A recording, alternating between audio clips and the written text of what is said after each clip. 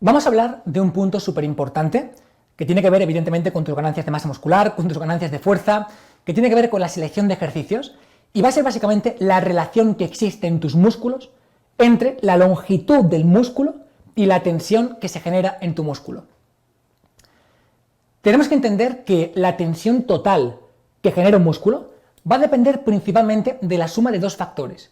El primero es lo que se llama la tensión activa, es decir, esa intención de contraer de forma activa la musculatura.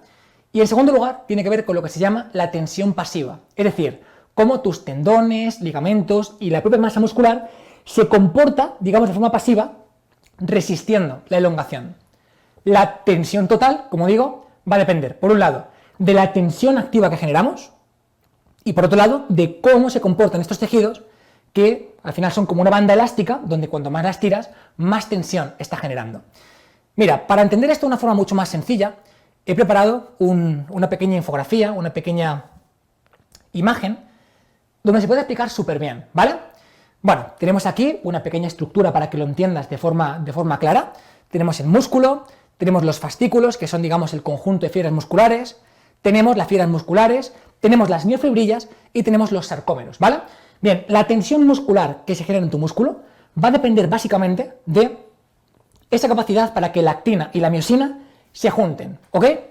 Bueno, lo que quiero que entiendas es que al final la tensión muscular que vas a tener a nivel muscular va a depender, como digo, de la superposición de la actina y la miosina. Digamos que si hacemos pues de más a menos para que entendamos cómo funciona el músculo, pues tenemos todo el músculo, el bíceps, tenemos después los fascículos, dentro del fascículo tendríamos el conjunto de fibras, dentro de la fibra el conjunto de miofibrillas y dentro de cada miofibrilla tendríamos el sarcómero. Sería como ir de más a menos. Fíjate, tenemos aquí el músculo, ¿vale? Después, poquito a poquito, vamos concretándolo en los haces de fibras musculares, poquito a poquito vamos concretándolo en esa fibra muscular que está dentro de todo ese haz y poquito a poquito lo vamos concretando en lo que sería, digamos, esta parte de miofibrilla.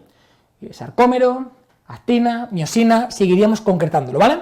Bueno, pues tenemos que saber que la tensión muscular va a depender de la superposición de la actina y la miosina. ¿Qué significa esto? Significa que hay un punto a nivel muscular donde ni está muy alargado ni está muy acortado y ahí se genera la máxima tensión. Pero ¿qué es lo que pasa? Lo que ocurre es que en otros puntos donde, por ejemplo, estas partes de actina y miosina estén muy separadas, tengan mucha distancia o tengan muy poca distancia, el músculo va a tener capacidad para generar menos tensión, ¿vale? Como digo, esta tensión va a depender de esta superposición, de lo fácil que lo tengan a nivel de distancia. ¿Por qué te estoy contando todo esto? Te estoy contando porque a veces, cuando por ejemplo sometemos a un grupo muscular a un estiramiento muy exigente, lo que estamos haciendo es sacarle de su zona de confort. Y cuando sacas de su zona de confort a un músculo, ¿qué es lo que ocurre? Que responde. ¿Cómo? Generando hipertrofia. Esto es lo que se llama la hipertrofia mediada por estiramiento. Y ojo, no hablo de estirar un grupo muscular y que se hipertrofie, no. Hablo de que para que se produzca hipertrofia mediada por estiramiento va a hacer falta, primero, entender cuál es la función de ese grupo muscular. Lo segundo, cuál es la longitud natural de ese músculo. Y lo tercero, cuál es la carga externa y el rango que hace falta para que tenga esta tensión. Mira, esta imagen lo explica súper bien. Tenemos aquí lo que sería la longitud normal del músculo en reposo, ¿vale? Estamos aquí con la longitud normal del músculo en reposo. Por lo tanto, para acá hay acortamiento y para acá hay elongación, ¿vale? Bueno, si te fijas, ¿vale? Hay un punto en el que el músculo se está elongando donde la tensión que se genera empieza a subir. ¿Por qué? Porque la tensión pasiva que se está generando aumenta. Fíjate en este gráfico. Tenemos aquí representada la fuerza muscular, ¿vale? Y aquí tenemos representada la longitud de este grupo muscular, ¿bien? Bueno, tenemos aquí la tensión, digamos, activa, es decir, esa parte de contracción, la tensión activa. Tenemos aquí la tensión total representada con la parte verde.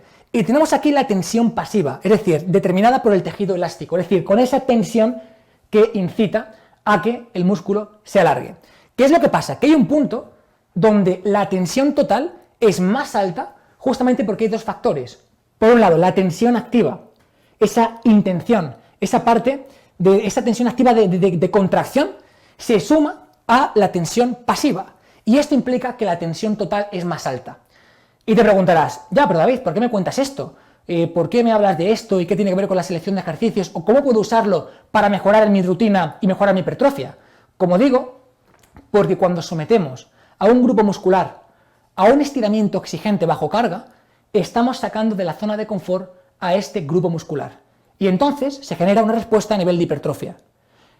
No es tan exacto, pero bastante aproximado a lo que te estoy contando para que se entienda. ¿Bien? Entonces, ¿por qué te cuento esto? Te cuento esto porque además, se ha estudiado bastante justamente esto que te acabo de comentar.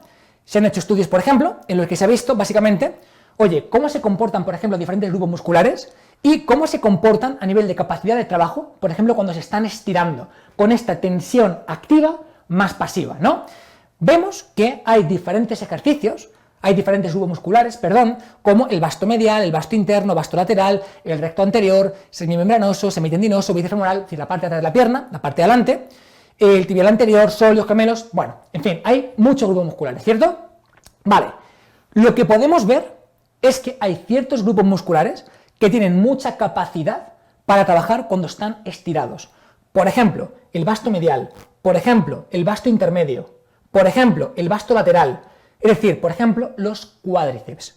¿Qué implica esto? Pues te lo he puesto aquí, que teóricamente, aunque como digo, esto es una explicación sencilla para que lo entendáis, cuanta mayor capacidad tiene un músculo para que sus sarcómeros trabajen estirados, mayor es la capacidad que tendrá este músculo para experimentar hipertrofia mediada por estiramiento. Y por lo tanto, y aquí está la clave, mejor va a ser la respuesta que va a tener este grupo muscular a ejercicios con curvas de resistencia descendentes, que veremos después en esta formación en qué consisten, ¿vale?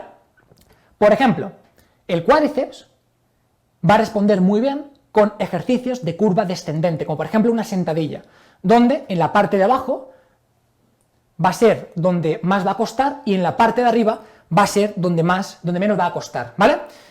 Total, que si entendemos esta parte, podemos analizar cómo ciertos ejercicios, por ejemplo, permiten que el grupo trabaje mucho más y tenga cierta respuesta mediada por estiramiento, eligiendo muy bien los ejercicios. Por ejemplo, pues en un trabajo de cuádriceps, vasto medial, vasto intermedio, vasto lateral, un trabajo que permita mucha elongación, por ejemplo, bajo carga en el cuádriceps, ¿vale? Como por ejemplo, típica máquina de cuádriceps, permitiendo un poquito más de rango de recorrido hacia abajo, implicaría que puede mediar un poquito más en la respuesta a nivel de hipertrofia. Y esto es súper interesante, porque se aplica en general a un montón de grupos musculares, ¿vale? Entonces, la conclusión te la he puesto aquí. Los músculos que son especialmente susceptibles a la hipertrofia mediada por estiramiento responden especialmente bien a ejercicios con rango de movimiento completo y en fases excéntricas acentuadas.